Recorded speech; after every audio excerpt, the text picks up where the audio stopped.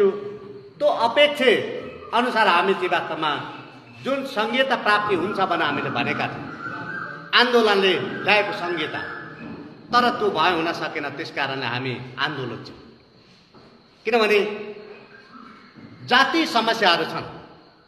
तपाईको 1910 को संविधानलाई 1910 को मुलुकी ऐनलाई हेर्नुहुन्छ भने, फर्केर हेर्नुहुन्छ, अध्ययन गर्नुहुन्छ भने 1910 को ऐनमा मुलुकी ऐनले के व्यवस्था गरेको छ भने राई, लिम्बू, मगर, गुरुङहरू मासिने जातमा राखेको छ, अथवा नमासिने जातमा।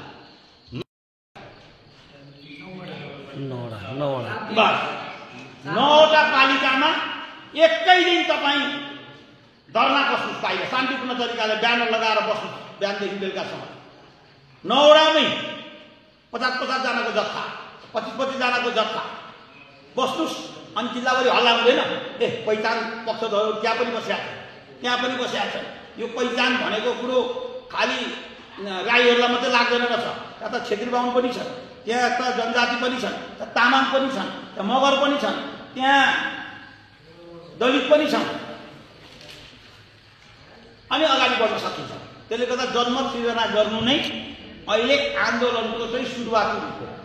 जनमत सिर्जना गर्न, शान्तिपूर्ण आन्दोलन गर्न, सत्यको आग्रह नै गर्नुपर्छ।